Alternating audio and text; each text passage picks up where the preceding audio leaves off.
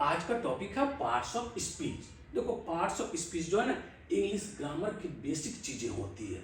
यानी आप कह सकते हो कि इंग्लिश ग्रामर का ये स्टार्टिंग पॉइंट है, तो इसलिए इसको अच्छी तरह से समझने की जरूरत है। अगर आपने इसको अच्छी तरह से समझ लिया तो समझो इंग्लिश ग्रामर की बाकी चीजें भी आप धीरे धीरे करके अच्छी तरह से समझ लोगे। तो इसलिए सबसे पहले इसको अच्छी तरह से समझने की जरूरत है। तो चलो मैं आपको इसको अच्छी तरह समझाता हूं। देखो, पार्ट्स ऑफ स्पीच का मीनिंग क्या होती है, सबसे पहले ये हम जानते हैं। पार्ट्स ऑफ स्पीच को हिंदी में क्या बोलते हैं? शब्द भेद बोलते हैं, शब्द प्रकार बोलते हैं। अब शब्द भेद का अगर हम संधि विच्छेद कर दें तो शब्दों का भेद, शब्द प्रकार का अगर हम संधि विच्छेद कर दें शब्दों का प्रकार। तो इससे आप लोगों को माइंड में कुछ आइडिया आना चाहिए। शब्दों का प्रकार यानी शब्दों का भेद, यही हुआ ना। तो शब्दों, देखो, अगर हम कोई चीज किसी को कहते हैं तो एक सेंटेंस में कहते हैं या सेंटेंस क्लाउज जो भी बोलो, सेंटेंस में कहते हैं। कोई चीज लिखते हैं, कोई चीज पूछते हैं तो एक सेंटेंस में कहते हैं। जब हम वो सेंटेंस को या लिखते हैं या बोलते हैं तो उसमें हम विभिन्न शब्दों का प्रयोग करते हैं। अगर सेंटेंस बनता ही है ना, बहुत शब्दों के मेल से ही वाक्य बनती है ना। तो सेंटेंस कैसे बनती है? विभिन्न शब्दों, विभिन्न वर्ड, जब मेनी वर्ड्स जब कंबाइन करते हैं तब वो सेंटेंस बनती है, और वो मीनिंगफुल कॉम्बिनेशन होना चाहिए। तो यही आपको समझना है। तो जब शब्दों के मेल से सेंटेंस बनती है तो उसमें शब्द जो है ना एक प्रकार की नहीं होती है, विभिन्न प्रकार की शब्द होती है।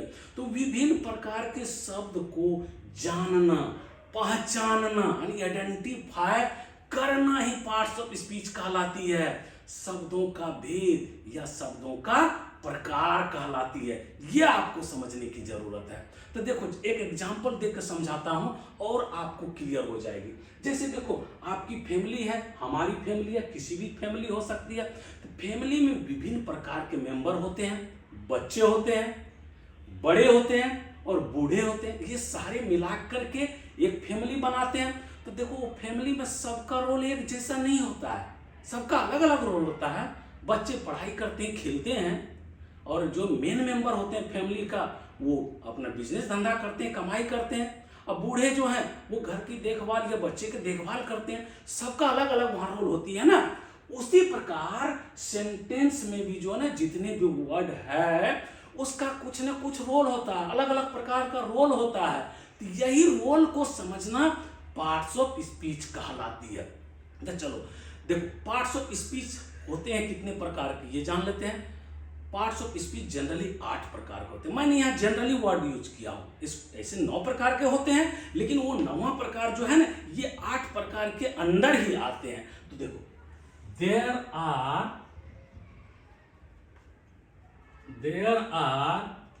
8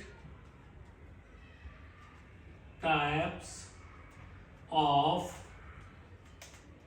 पार्ट्स ऑफ स्पीच। मतलब 8 प्रकार के पार्ट्स ऑफ स्पीच होते हैं। अब वो 8 प्रकार के क्या होते हैं मैं एक एक करके बताता हूं। देखो, नाउन, सबसे पहले नाउन, यहां शॉर्ट में लिख रहा हूं, नाउन समझ लो। एन से नाउन, प्रोनाउन, पी से प्रोनाउन, ए एडजेक्टिव, उसके बाद वर्ब, वी से वर्ब, फिर ए से एडवर्ब, फिर उसके बाद पी प्रीपोजिशन, उसके बाद सी कंजक्शन, और उसके बाद आई इंटरजेक्शन। ये पार्ट्स ऑफ स्पीच होते हैं। टोटल 8 प्रकार के, 1 2 3 4 5 6 7 8। इसको आप याद करने के एक तरीका है, इसको आप पढ़ सकते हो नपा वेप्सी। यहां से यहां तक नपा पढ़ो, यहां से यहां तक वेप्सी पढ़ो, आप याद रख सकते हो इस प्रकार से। ऐसे आसान है क्या? Noun, pronoun, adjective, verb, adverb, preposition, conjunction और इंटरजेक्शन, ये 8 प्रकार के पार्ट्स ऑफ स्पीच होती है। इसके अलावा एक जो 9वां होती है ना, वो डिटरमिनर कहलाती है। डिटरमिनर जो है ना, इसी पार्ट्स ऑफ स्पीच का एक पार्ट है, तो वो हम आगे आपको बताएंगे। तो सबसे पहले हम ले लेते हैं नाउन। नाउन समझते हैं क्या होती है। नाउन ले लेते हैं, देखो NOUN। नाउन को संज्ञा बोलते हैं हिंदी में। मैं हिंदी में भी लिख देता हूँ, हिंदी भाषी बच्चे के लिए थोड़ा अच्छा हो। नाउन, देखो नेमिंग वर्ड को नाउन कहते हैं, एक ही चीज आपको याद रखना है, नेमिंग वर्ड को नाउन यानी किसी चीज का नाम को हम नाउन या संज्ञा कहते हैं। वो चीज लिविंग थिंग हो सकती है, नॉन लिविंग थिंग हो सकती है, विजिबल हो सकती है, इनविजिबल हो सकती है, लेकिन वो किसी चीज का नाम होगा, या वस्तु हो, आदमी हो, एनिमल हो, स्थान हो, कुछ भी चीज का नाम होगा। ये समझने की आपको जरूरत है। वो विजिबल भी हो सकती है, इनविजिबल भी हो सकती है। ऐसा नहीं है कि विजिबल भी होना चाहिए। एब्स्ट्रैक्ट नाउन इनविजिबल होती है। तो जब नाउन हम पढ़ेंगे ना, तब उसमें डिटेल से हम पढ़ेंगे एब्स्ट्रैक्ट नाउन क्या होती है। तो नाउन, नेमिंग वर्ड को हम नाउन कहते हैं। एकदम शॉर्ट में मैं बता रहा हूं, नेमिंग वर्ड, नेमिंग वर्ड को नाउन कहते हैं। जैसे राम, राम किसी का नाम है ना। हिमालय, हिमालयाज, हिमालयाज भी क्या है, पहाड़ का नाम है। उसी प्रकार सूरत, सूरत भी क्या है, एक सिटी का नाम है। ईटीसी, कुछ भी हो सकता है, किसी चीज का नाम हो सकता है, इसको हम नाउन बोलते हैं। Naming word, name of any person, things, place, etc is called noun. तो चलो अब हम प्रोनाउन पढ़ते हैं। प्रोनाउन, ये शॉर्ट में मैं लिख दिया हूं, समझ जाओ। प्रोनाउन का मतलब होता है सर्वनाम, सर्वनाम। देखो अब नाउन के बदले में जो वर्ड आती है ना, उसको हम प्रोनाउन कहते हैं। यानी संज्ञा के बदले में जो शब्द है उसे सर्वनाम कहते हैं हिंदी में। तो वही इंग्लिश में नाउन के बदले जो वर्ड आती है उसको हम प्रोनाउन कहते हैं। तो हमने लिख सकते हैं in place of noun, words which come in place of noun. Short में हम लिख देते हैं इन प्लेस ऑफ नाउन। ये समझ लो, इसका मतलब इन प्लेस ऑफ नाउन मतलब क्या, the words which come in place of noun is called pronoun. मैं शॉर्ट में लिखा हूं, आप लोग समझ जाओ। जैसे ही, सी, इट, दे, ईटीसी, ये जो है ये प्रोनाउन कहलाते हैं। प्रोनाउन को हम डिटेल में पढ़ेंगे जब प्रोनाउन वाला चैप्टर आपको पढ़ाएंगे। अब हम नेक्स्ट ले लेते हैं एडजेक्टिव। देखो adjective, A D J, adjective, ये शॉर्ट में लिखा। एडजेक्टिव मतलब विशेषण। अब देखो विशेषण वर्ड, हिंदी से में विशेषण से ही आपको समझ में आ जाना चाहिए। विशेषण यानी विशेषता बताता है। तो विशेषता क्या, किसकी बताएगी, वो किसी चीज की बताएगी विशेषता, किसी वस्तु की विशेषता ना, किसी आदमी की विशेषता ना, किसी स्थान की विशेषता बताएगी ना। तो इससे आपको समझ में आ जाना चाहिए विशेषण जो है ना वो नाउन की विशेषता बताती है। अब नाउन के बदले में जब हम प्रोनाउन को यूज करेंगे तो वहां प्रोनाउन की विशेषता बताएगी। तो यही आपको समझने की जरूरत है, विशेषण नाउन या प्रोनाउन की विशेषता बतलाती है। तो इसको हम डिस्क्राइबिंग वर्ड करते हैं, डिस्क्राइब करती है किसी नाउन या प्रोनाउन को। तो इसको हम बोलते हैं डिस्क्राइबिंग वर्ड। आप इतना समझो शॉर्ट में, डिस्क्राइबिंग वर्ड। जितने भी डिस्क्राइबिंग वर्ड होते हैं ना उसको हम विशेषण बोलते हैं, यानी एडजेक्टिव बोलते हैं। जैसे देख लो ब्लैक, आदमी, वो आदमी ब्लैक है तो ब्लैक ये हो गया। और उसकी देखो वो आदमी की डिस्क्रिप्शन दे रही है, उसको डिस्क्राइब कर रही है आदमी की, तो वो ब्लैक है। कोई तेज है तो ब्रेव, कोई मोटा है, फैट है तो वो फैट हो जाएगा, ईटीसी। ये होती है एडजेक्टिव। अब उसके बाद हम ले लेते हैं वर्ब। देखो वर्ब, वर्ब को हिंदी में क्रिया बोलते हैं, क्रिया। तो वर्ब क्या होती है ये समझ। देखो एक्शन वर्ड जितने भी है ना या डूइंग वर्ड है ना उसको हम वर्ब बोलते हैं। मतलब जिस वर्ड से नाउन या प्रोनाउन के द्वारा किया जाने वाला कोई कार्य के बारे में पता चलता है उसको हम वर्ब कहते हैं, यानी क्रिया कहते हैं। ये आपको समझने की जरूरत है। और ये डूइंग वर्ड और एक्शन वर्ड होती है। अगर कोई काम कर रहा है तो डूइंग होगा ना, एक्शन ही होगा ना। हम पढ़ा रहे हैं, हमारी ये एक्शन है। आप पढ़ रहे हो, आपकी एक्शन है, आप कार्य कर रहे हो। पढ़ाई का काम कर रहे हो, मैं पढ़ा रहा हूँ, मैं भी कार्य कर रहा हूँ। तो ये सब क्या होती है, डूइंग वर्ड या एक्शन वर्ड जो होता है ना, डूइंग वर्ड या एक्शन वर्ड, उसको हम वर्ब बोलते हैं। तो यहाँ लिख देता हूँ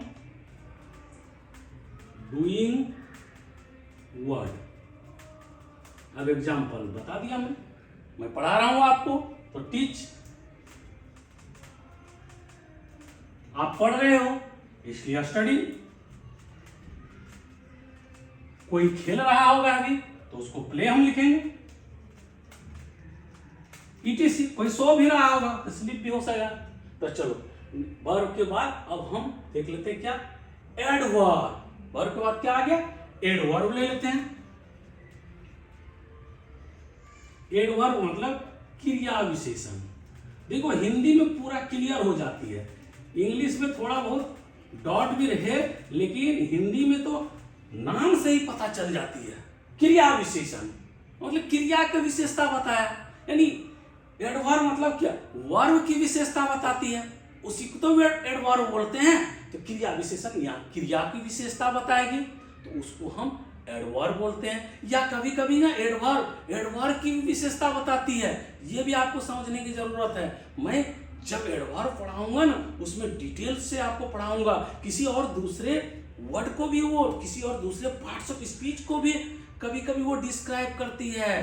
तो एडवर्ब जनरली वो वर्ब को डिस्क्राइब करती है। एबनॉर्मल केस है, जब हम एडवर्ब में पढ़ेंगे तब एबनॉर्मल केस भी आपको पढ़ाऊंगा, किसको किसको डिस्क्राइब करती है।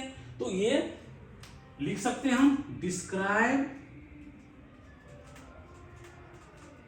वर्ब, वर्ब को डिस्क्राइब करते। अब कोई आदमी दौड़ रहा है तो वो स्लोली दौड़ रहा है या फास्ट दौड़ रहा है, तो जैसे हम यहां लिख सकते हैं स्लोली, फास्ट, फास्ट लिखते हैं। फास्ट एडवर्ब, फास्टली नहीं होता है, ये समझने की जरूरत, फास्टली वर्ड नहीं होता, फास्ट ही एडवर्ब है। ले लेते हैं प्रीपोजिशन। देखो प्रीपोजिशन, प्री मतलब पहले, पोजीशन मतलब स्थान, यानी ये जो है ना नाउन या नाउन इक्विवेलेंट कोई भी वर्ड होती है या सेंटेंस का कोई पार्ट होती है, उसके पहले इसको लगाया जाता है और ये सेंटेंस के वर्ड के बीच रिलेशन स्थापित करती है। यही आपको समझने की जरूरत है। सेंटेंस में विभिन्न वर्ड जो होती है ना, उसके बीच रिलेशन स्थापित करती है और उसकी पोजीशन के बारे में बताती है। यही आपको इसमें समझने की जरूरत है। तो प्रीपोजिशन ले लेते हैं। प्रीपोजिशन ये shows relation, shows relation and position भी बोल सकते हो आप। पोजीशन, पोजीशन भी बताती है और ये सेंटेंस के विभिन्न वर्ड के बीच रिलेशन भी बताती है।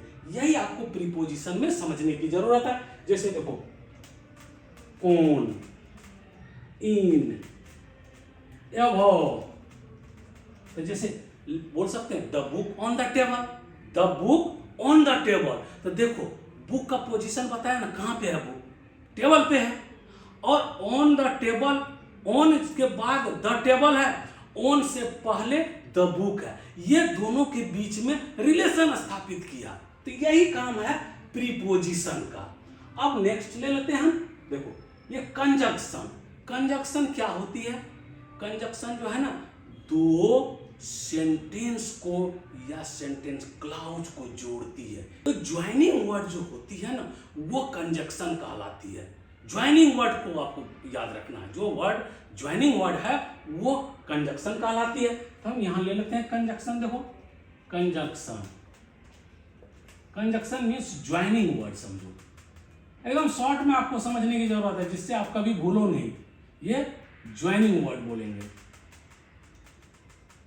अब इसका एग्जांपल में जैसे ज्वाइनिंग वर्ड में क्या क्या आएगी, देखो एंड, एंड आएगी, बट आएगी, एज वेल आएगी, इस प्रकार का और सब वर्ड आएंगे। ईटीसी ये लिख सकते हैं, ये हटा हुआ है, समझो समझ। तो ये हो गया आपको कंजक्शन। अब इंटरजेक्शन समझने की जरूरत है। देखो इंटरजेक्शन वर्ड का यूज कभी कभी होता है, कब होता है बताता हूं, जब हमारे अंदर सडन एंड स्ट्रॉन्ग फीलिंग आती है या सडन एंड स्ट्रॉन्ग इमोशन आती है, तब इस प्रकार का वर्ड का उपयोग होती है। तो सडन एंड स्ट्रॉन्ग फीलिंग या सडन एंड स्ट्रॉन्ग इमोशन कब आएगी? जब कुछ एबनॉर्मल होगी तभी ना आएगी भैया। यही आपको समझने की जरूरत है। देखो कोई मर गया तो जैसे ही आप न्यूज सुनोगे बोलोगे अलास ही डाइड बोलोगे, तो ये जैसे ही मरने के बारे में सुना ना आपने, अचानक आपके अंदर से निकल गया वो वर्ड, तो उसको बोलते हैं इंटरजेक्शन वर्ड। उसी प्रकार देखो क्रिकेट की मैच चल रही है और लास्ट बॉल पर 4 रन बनाने की जरूरत है। जीतने वाले टीम जैसे ही चौका मारा और बॉल बाउंड्री को टच किया, तो जीतने वाले टीम जो है ना, उसके दर्शक और खिलाड़ी एक साथ बोलते हैं उरे वी वन द मैच। अचानक बोलते हैं।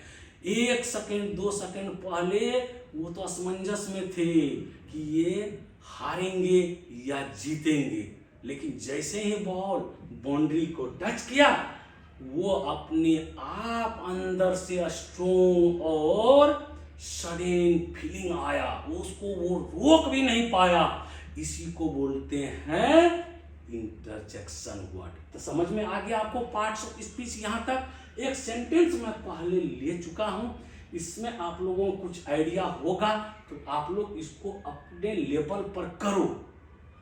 इसको वीडियो को पॉज करके अपने लेवल पर करके देखो कि इसमें कौन कौन वर्ड किस पार्ट्स ऑफ स्पीच में फॉल करता है। चलो इसके बाद अब मैं आपको बताता हूं। देखो वाओ, क्या बोल रहा, wow my brother appear in competitive exam first time and he secured second position easily. देखो इसको हिंदी में मैं बताता हूं। वाओ, वाओ क्या, उसका हिंदी इंग्लिश एक ही होता है। ये क्या सडन एंड स्ट्रॉन्ग फीलिंग है। तो सडन एंड स्ट्रॉन्ग फीलिंग है, तो आप समझ गए कौन वर्ड हुआ, कौन पार्ट्स ऑफ स्पीच हुआ, आप समझ गए ना, इंटरजेक्शन हो गया। सबसे पहले इसका हिंदी में बताता हूं।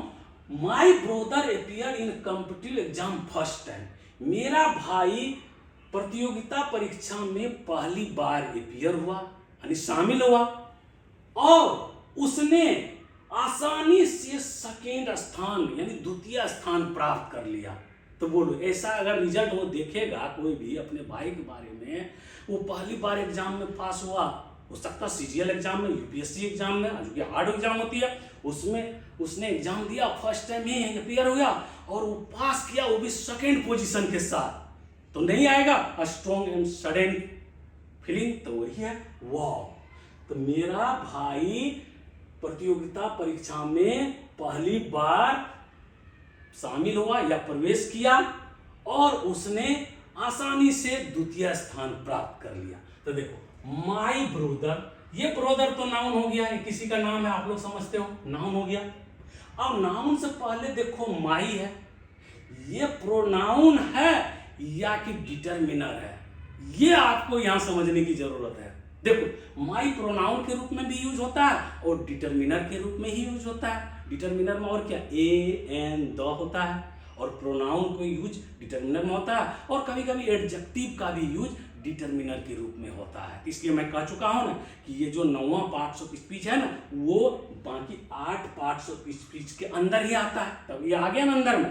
तो ये माई यहाँ डिटरमिनर है या प्रोनाउन है, इसको आपको समझने की जरूरत है। देखो डिटरमिनर कब होती है, जब नाउन के पहले लगाया जाता है तो वो डिटरमिनर कहलाती है। साथ में कब कहलाएगी ये भी समझने की जरूरत है। डिटरमिनर वो कब कहलाएगी, जब इसके बीच ओनरशिप स्थापित करेगी, यानी कुछ इसके बीच रिलेशन, कैसा रिलेशन, कुछ ओनरशिप टाइप का रिलेशन स्थापित करेगी, तब वो डिटरमिनर कहलाती है। जैसे माई हाउस, माई कार, तो कार का ओनरशिप दिखा रहा ना, वो my car. Your car, your teaching style, your studying style, तो वो आपकी स्टाइल है स्टडी करने की, वही चीज उसमें दिखाती है, आपकी ओनरशिप दिखाए तो वो कहलाती है डिटरमिनर, और वो नाउन से पहले यूज होती है।